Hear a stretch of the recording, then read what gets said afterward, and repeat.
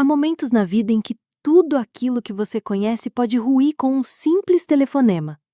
2 meses atrás, meu marido, Rafael, o centro do meu mundo, desapareceu da minha vida do nada. Foi um acidente sem sentido numa estrada molhada, algo que ninguém poderia ter evitado. Acordo de manhã sem ele e vou para a cama à noite sem ele. Ainda não parece real que essa seja a minha vida agora. As pessoas tentam me confortar, dizendo que o tempo cura todas as feridas, mas, desde aquele dia, a minha noção de tempo simplesmente travou. O vazio no meu peito só cresce, como aquele buraco que aparece quando a gente esquece de comer e tenta sobreviver só no cafezinho. Desde que perdi meu marido, me fechei para o mundo, especialmente para minha família. Sei que estão preocupados, mas a solidariedade deles só faz a dor parecer um pouco maior, tipo um abraço de urso que mais aperta que ajuda. Nunca fui muito próxima da minha irmã mais nova, Larissa. Ela sempre pareceu morar num planeta diferente, brilhando de um jeito que eu jamais conseguiria, tipo aquela amiga que parece ter energia de pilha Duracell e você só quer uma soneca. Então, numa tarde dessas, meu telefone tocou, quebrando o silêncio sepulcral da minha casa. Na tela, o nome Larissa piscava. Meu coração quase pulou pela boca. Oi, Marina. No próximo domingo, vamos fazer uma festinha para comemorar o primeiro aniversário do meu querido Enzo, disse ela. Você precisa vir. Enzo é meu sobrinho, e até então eu nem o conhecia direito. Sinceramente, hesitei. Será que alguém como eu, afundada na tristeza, teria vez numa festa tão alegre? Mas aí me veio uma ideia. Talvez essa fosse a chance de me reaproximar da família que afastei. Talvez um primeiro passo para sair desse buraco negro que me engole. Então, fui à cidade caçar o presente perfeito. Escolhi um conjunto de louças de prata, daquelas que a gente só vê em novela, numa joalheria famosa, na esperança de abençoar o futuro brilhante do meu sobrinho. Segurar aquele presente me deu uma força estranha, quase como segurar a barra da vida. Imaginei a cena, eu entregando o presente, rindo com Larissa, embalando o Enzo no colo. Sim, eu conseguiria. Mesmo que fosse só um pequeno passo, eu precisava andar para frente. Naquela época eu não fazia ideia do que me esperava.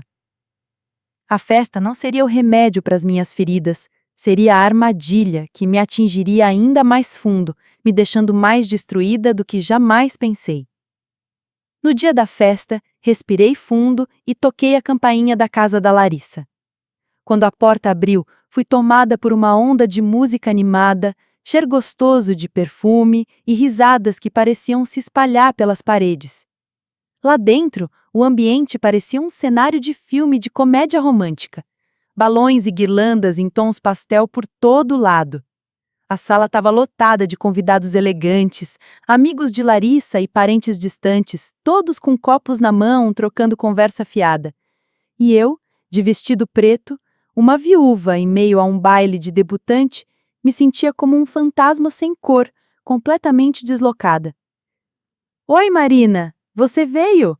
Larissa cruzou a sala para me cumprimentar. O vestido justo e a maquiagem impecável faziam ela brilhar, como uma estrela do TikTok. Cadê o Enzo? Perguntei. Ah, ele tá dormindo no quarto dos fundos. Depois eu te apresento. Respondeu, desviando o olhar para a sacola de presente chique na minha mão. Nossa, o que é isso? É pro Enzo. Um presentinho. Ah, não precisa, Marina. Você não precisava mesmo. Muito obrigada. Ela me abraçou teatralmente, pegou a sacola e desapareceu para colocar o presente na mesa abarrotada. Essa foi nossa conversa. Curta, mas me deixou exausta. Cerca de 1 hora depois, quando a festa estava a mil, Larissa pegou o microfone e bateu no copo. Pessoal, 1 minutinho da atenção de vocês? A música parou e todos os olhos se voltaram para ela. Levantei o olhar, imaginando qual seria a próxima. Estou muito feliz de comemorar o primeiro aniversário do meu filho Enzo com todos vocês hoje. Muito obrigada! Aplausos calorosos preencheram o ambiente. Larissa sorriu, fez uma pausa dramática e soltou a bomba. E neste dia especial, tenho algo muito importante para contar. Ela respirou fundo e olhou direto para mim. Por um instante, um brilho gelado passou nos olhos dela. Até hoje, guardo esse segredo. Mas a verdade é que o verdadeiro pai do Enzo é... Um suspiro audível percorreu a sala. O homem que morreu há 2 meses, Rafael, é o pai verdadeiro do Enzo. O barulho do mundo parou. Era como se o tempo tivesse congelado no lugar. De repente, todos os olhos caíram sobre mim. Uma mistura de curiosidade e confusão. O que ela está dizendo? Rafael? Minha cabeça ficou em branco. Não conseguia pensar em nada. Larissa continuou, com a voz ficando fria e áspera, nada parecida com o tom doce que ela tinha antes. Como filho único do Rafael, Enzo tem direito à herança dele, que é de R$ 250 mil. Metade disso, mais a casa onde Marina mora, deveriam ser dele. Eu podia sentir o chão sumir sobre os meus pés. Era como se a realidade estivesse passando num filme em câmera lenta. As palavras da Larissa entraram no meu coração como uma flecha envenenada, cada sílaba mais amarga que a anterior. Será que era alguma piada de mau gosto ou eu ainda estava presa num pesadelo sem fim? As palavras dela cortaram o clima alegre da festa como cacos de vidro. Os convidados cochichavam, nervosos, sem saber se deviam rir, chorar ou sair correndo. Alguns pareciam entender. Outros só olhavam como se estivessem assistindo a uma novela mexicana. De alguma forma, conseguia andar até Larissa. Deve haver algum engano, Larissa. Rafael jamais faria isso. Minha voz mal saía, trêmula, quase não parecia minha. Mas ela nem se mexeu. Sorriu um sorriso meio vitorioso, meio compassivo, e tirou o celular da bolsa. Engano? Não se engane. Você nunca conheceu Rafael de verdade, não é? Ela desbloqueou o aparelho e colocou a tela na minha frente. Era uma foto. Um restaurante à beira-mar que reconheci na hora. Sentada ao lado do Rafael, inclinada e sorrindo de orelha a orelha, estava Larissa, não eu. De repente, meu coração gelou. Desde quando? Perguntei, já sabendo a resposta. Desde o verão retrasado. Naquele fim de semana, você disse que ia viajar a trabalho e me pediu para cuidar da sua casa. Larissa folheava as fotos como se estivesse se divertindo. Cada clique mostrava mais e mais memórias secretas. Uma foto dos dois se beijando numa suíte de hotel de luxo. Larissa encolhida, dormindo no carro do Rafael. E o pior de tudo, uma sequência interminável de mensagens privadas pipocando na tela. Não aguento mais mentir para Marina. Larissa, você é a única que eu amo. Quando vai contar a verdade para ela? Juro que vou contar antes do bebê nascer. Quero começar uma nova vida com você e nosso filho. Cada palavra grudada na minha cabeça como aquelas figurinhas que você não consegue tirar do álbum. Enquanto isso, eu sofria com tratamentos de infertilidade e ele já tramava uma nova família, com a minha irmã, bem na minha frente, como se fosse um mágico fazendo desaparecer o meu mundo. Naquele instante, tudo em que eu acreditava, amor, gentileza, todas as memórias felizes do meu casamento se transformaram numa bagunça feia, nada além de uma mentira podre. Não, peraí, é mentira mesmo. Agarrei-me a uma última esperança e me virei desesperadamente para os meus pais que estavam ali perto. Mãe, pai, por favor, falem alguma coisa.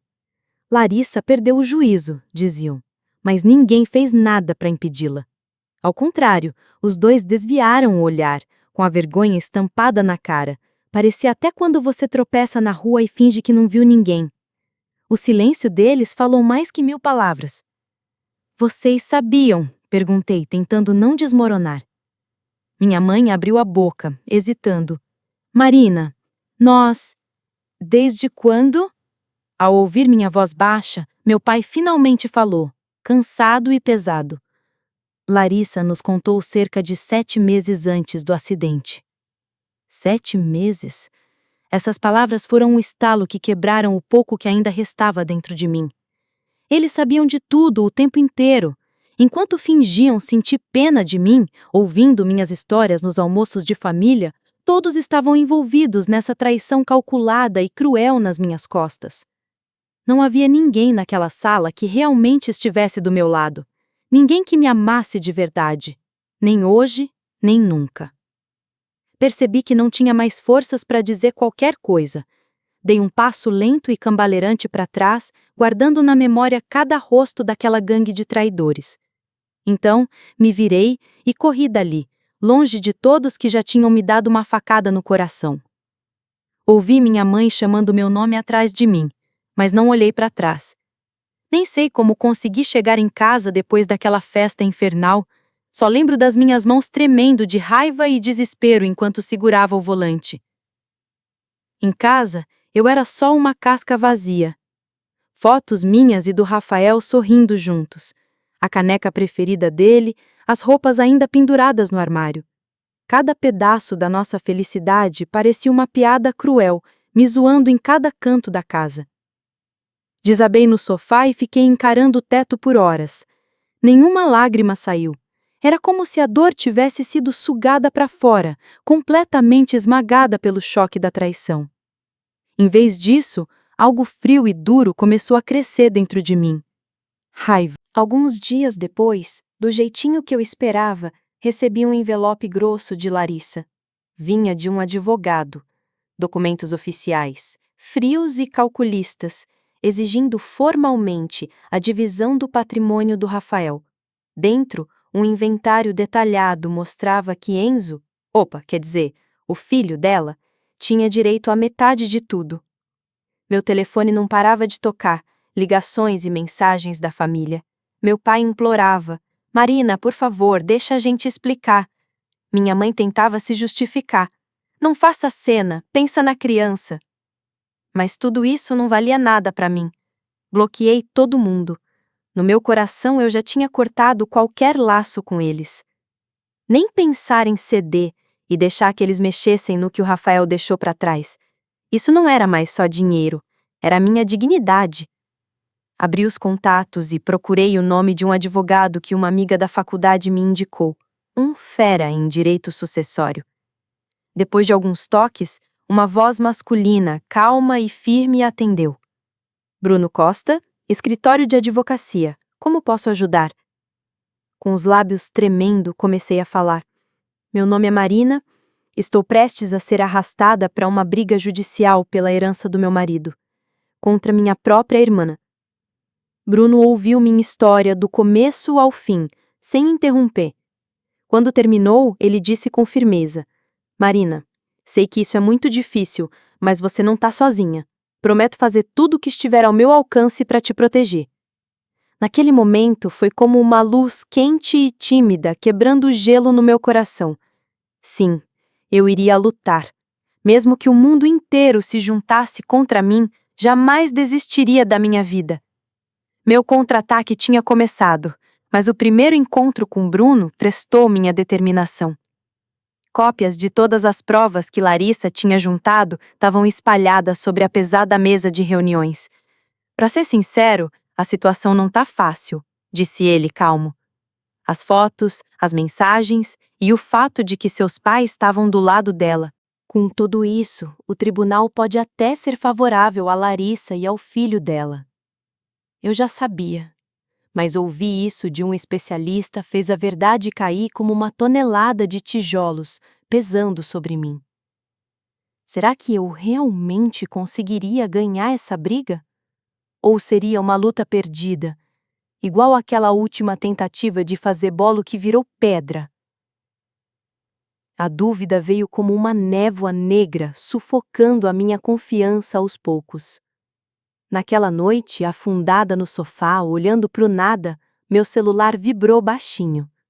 Na tela, uma foto que minha sogra tinha me mandado, contando sobre a reunião daquele dia. Depois da festa, foi ela quem veio correndo e me abraçou forte. Mesmo quando Rafael ainda estava vivo, ela e eu conversávamos como mãe e filha de verdade. Mas agora, eu estava quase com medo de sentir essa gentileza, com medo de decepcioná-la. Depois de alguns toques, levantei a voz, quase num sussurro. Oi, Marina. Sou eu. Você tá bem? Fiquei preocupada com o resultado da sua reunião. A voz dela, calorosa e atenciosa do outro lado, era a mesma de sempre. E naquele instante, tudo que eu segurava ameaçou transbordar. Desculpa, tá tudo muito ruim. O advogado diz que as provas que a Larissa juntou são fortes demais. Até meus pais estão do lado dela. Ele diz que minhas chances são quase zero. Pude ouvir a Marina ofegando do outro lado enquanto minha voz tremia. Depois de alguns segundos de silêncio, ela falou com uma determinação silenciosa e firme, bem diferente de tudo que tinha acontecido até então. Marina, me escuta. Isso não acabou, de jeito nenhum. A força nas palavras dela me deixou meio atordoado, tipo quando você toma um susto e não sabe se fala ou se sai correndo. Mas, se é prova que você quer, nós também temos. Tem uma verdade incontestável que pode derrubar todas as mentiras da Larissa, do zero. Ela hesitou um pouco.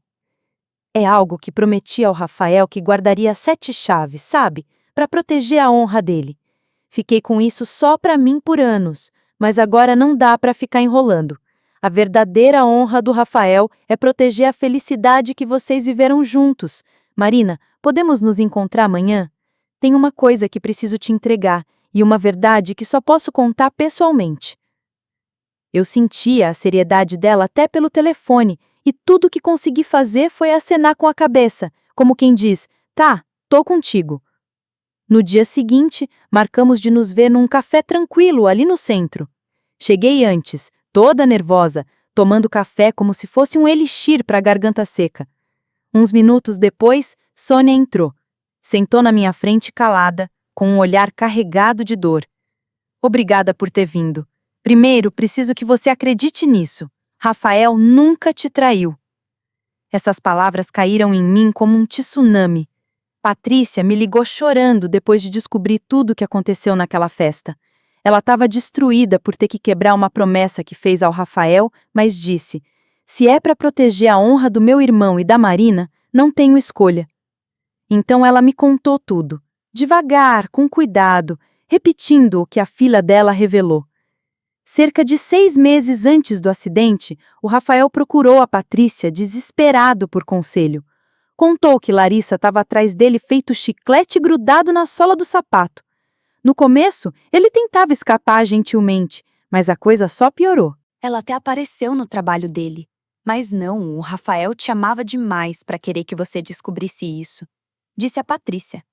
A Marina é sensível demais. Não posso deixar ela sofrer por causa de drama familiar. E pediu segredo. Todas aquelas fotos e mensagens que Larissa mostrou na festa, inventadas por ela. Pura maldade. Sônia me olhou firme e tirou da bolsa um envelope marrom, meio surrado, deslizando para mim sobre a mesa. Com a mão trêmula, abri. Dentro, vários prontuários médicos de um hospital geral da cidade. Quando li os termos técnicos, fiquei sem chão. Diagnóstico: azoospermia, infertilidade masculina. Chance quase zero de concepção natural. Foi como levar um soco no estômago. Sônia explicou. Quando Rafael era estudante, sofreu um acidente de carro. Sobreviveu, mas depois os médicos acharam algo errado num dos testículos. Exames mostraram que ele era infértil. Só eu e Patrícia sabíamos disso, que o Rafael contava só para a irmã. Lágrimas rolaram no meu rosto, mas não de tristeza. Eram lágrimas de alívio. Porque o amor em que eu acreditava nunca foi manchado. Meu marido nunca me traiu. Mesmo sofrendo sozinho, ele guardou esse segredo para proteger você, para me proteger. Um novo sentimento cresceu no meu peito, uma decisão silenciosa, mais forte que raiva. Não era mais só lutar pela minha dignidade. Agora eu lutava para proteger a honra do homem que amo, a verdade do nosso casamento e a família dele. Com isso, eu poderia destruir a mentira perfeita que Larissa inventou. Era a única prova incontestável. Segurei os registros médicos firmes, enquanto o ar no tribunal gelava e ficava tenso. Na plateia, parentes e curiosos cochichavam, olhos grudados em mim. Eu só conseguia olhar para frente, apertando forte a mão do Bruno, meu advogado, ao lado. No banco das testemunhas, Larissa era a heroína trágica, vestido preto simples, quase sem maquiagem. Entre lágrimas e voz trêmula, contou sua história de amor proibido com o Rafael, como se fosse a mais pura verdade. A gente se amava de verdade, mas não podia magoar minha irmã, então mantivemos tudo em segredo. Meus pais foram os próximos. Apoiaram as mentiras da Larissa direitinho. Minha mãe chorou contando a luta deles com o relacionamento. Meu pai testemunhou sério que Rafael estava ansioso pelo nascimento do Enzo. A história deles parecia incontestável. Até o juiz mostrava um olhar mais brando, cheio de compaixão por Larissa. Eu até ouvia soluços silenciosos vindo da galeria. Me sentia sufocada, presa numa teia de maldade. Quando as testemunhas de Larissa terminaram, o tribunal ficou em silêncio. Bruno se levantou, calmo. Meritíssimo, a defesa quer apresentar uma prova decisiva. Ele entregou cópias dos prontuários que a Sônia lhe deu para o juiz e para o advogado da Larissa. O tribunal se encheu de sussurros. O advogado da Larissa examinava os papéis, com a testa franzida. O que é isso? São os resultados dos exames do falecido Rafael, do acidente quando ele era estudante. Está claro, ele era incapaz de ter filhos a partir daquele momento. O silêncio tomou conta do tribunal. Pela primeira vez, a expressão confiante da Larissa congelou. Isso é mentira! É falso!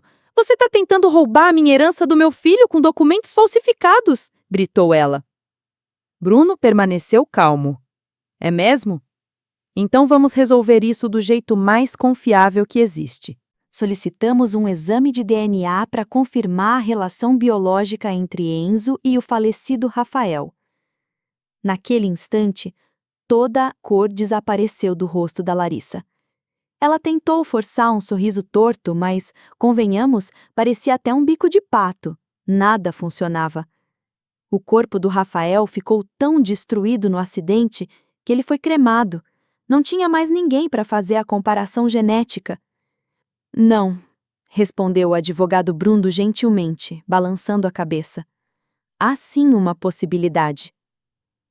Ele se virou para as portas no fundo da sala de audiências e disse: Gostaríamos de chamar a Sônia, mãe biológica do Rafael, para depor. As portas se abriram e a Sônia entrou com uma dignidade silenciosa, daquelas que parecem dizer: não me provoque que a ficha cai. Uma onda de choque percorreu a galeria. Larissa e meus pais a encararam em total descrença. Sônia foi direto para o banco das testemunhas e falou firme com o juiz. Vou fazer o teste. Se Enzo for realmente meu neto, que a verdade apareça aqui e agora. O juiz lançou um olhar grave para Larissa, que agora estava pálida como um fantasma, e baixou o martelo. Pedido aceito. O exame de DNA será realizado e este tribunal se reunirá novamente assim que os resultados estiverem disponíveis. Larissa desabou na cadeira, como se alguém tivesse cortado os fios que a sustentavam, uma marionete desligada. Minha mãe correu para apoiá-la, mas as expressões de ambas estavam vazias, sem nenhuma confiança sobrando. Aqueles 3 longos domingos de espera pelos resultados pareceram uma eternidade, tipo ficar vendo a panela de arroz que não para de apitar. Por dentro, eu estava dividida entre a vontade desesperada de acreditar na verdade que Sônia me dera e o medo do que poderia acontecer se tudo desmoronasse. Mas diferente das noites anteriores cheias de desespero, finalmente consegui enxergar um pontinho de luz no fim do túnel, tipo aquela aurora no horizonte depois de uma tempestade. E então, chegou o grande dia. Segurei firme a mão da Sônia, quase sem respirar, enquanto o juiz começava a falar. Os resultados do exame de DNA foram lidos em voz alta e um silêncio sepulcral tomou conta da sala. Com base nas evidências apresentadas, não há relação genética entre Enzo e Sônia. Portanto, fica concluído que o falecido Rafael não é o pai biológico de Enzo. A voz solene da juíza ecoou pela sala. Larissa permaneceu ali, tremendo, sem controle, murmurando: "Não, não", sem parar. Meus pais, ao lado dela, pareciam estátuas de pedra, congelados na hora da derrota. A teia de mentiras que haviam construído desmoronou em segundos diante da verdade científica, fria e implacável. O tribunal decidiu, por unanimidade, a favor da ré, Marina. O som do martelo foi o fim daquele pesadelo longo demais. Do lado de fora, o ar gelado batia nas minhas bochechas coradas e eu respirava fundo. Meus pais chegaram correndo, com pânico e arrependimento estampados no rosto. Minha mãe soluçava e meu pai parecia mais destruído do que eu jamais o tinha visto. "Marina, por favor, nos perdoe. Larissa nos enganou. Não dá para tentar ser uma família de novo. Sentimos muito por tudo." Mas as palavras deles não encontraram passagem no meu coração. Olhei nos olhos dos dois e disse, baixinho, mas com firmeza: "Eu perdoo vocês, mas é tarde demais para isso. Não foi um erro bobo que dá para fingir que não aconteceu. Enquanto eu sofria com os tratamentos para engravidar, enquanto eu desabava no funeral do Rafael, vocês estavam ao meu lado, fazendo pose de pais atenciosos, sabendo de toda a verdade. Suas desculpas não são para mim. Vocês só querem fugir da própria culpa para se sentirem melhor. A família que eu sonhava não existe mais." Na frente deles, peguei o celular e apaguei os números deles sem pensar duas vezes. Jurei que nunca mais olharia para trás. Virei-me e fui embora. Do outro lado da rua, a Sônia estava encostada no carro, esperando em silêncio. Assim que viu meu rosto, perguntou baixinho: "Você tá bem?" Com aquela pergunta simples, toda a tensão dentro de mim finalmente se desfez. Pela primeira vez em meses, senti um sorriso sincero brotar no meu rosto. "Sim, vou ficar bem. Ou melhor, a partir de agora, vou ficar." Quando entramos no carro, toquei num assunto que estava martelando na minha cabeça. Aquele apartamento na cidade que o Rafael deixou para trás tem muita memória dolorosa para mim ali. Não consigo mais viver lá. Se não for muito incômodo, gostaria que você ficasse com ele. Os olhos da Sônia se arregalaram, chocados. "Ah, Marina, eu jamais aceitaria algo assim." "Por favor, aceite. Você me ajudou a recuperar a minha vida. Isso não é só um agradecimento. É o primeiro presente que eu dou, por minha livre e espontânea vontade, para a nova família que encontrei." Ela ficou sem palavras, emocionada, os olhos brilhando. Gentilmente estendeu a mão e apertou a minha. "Obrigada. Eu nunca tive uma filha." E pensar que eu finalmente ganharia uma filha tão maravilhosa. Meio ano se passou desde então. Voltei ao trabalho e estou me dedicando a um projeto novo e empolgante. Nos fins de semana, a Sônia e eu nos encontramos para jantar ou visitar museus de arte. As histórias sinceras que ela conta sobre a infância do Rafael me trazem uma paz inesperada. Recebi várias cartas de desculpas da Larissa e dos meus pais, mas jogo todas fora, sem abrir uma sequer. Às vezes me olho no espelho e me surpreendo com a mulher que vejo ali. Não sou mais aquela pessoa de antes. Não sou mais a mulher destruída pela dor, nem a viúva tremendo de raiva. A vida tem dessas ironias. Justo quando pensei que tinha perdido a minha família para sempre, encontrei uma nova da maneira mais inesperada. Essa não era a vida que eu planejei. Mas talvez, só talvez, esse seja exatamente o lugar onde eu sempre deveria estar. Agora me diz aí, como você reagiria a uma declaração fria de traição da sua própria família? De 0 a 10, Que nota você daria a essa história? Ah, não se esquece de se inscrever no nosso canal para que a gente possa trazer novas histórias interessantes para vocês. Até a próxima. Beijos!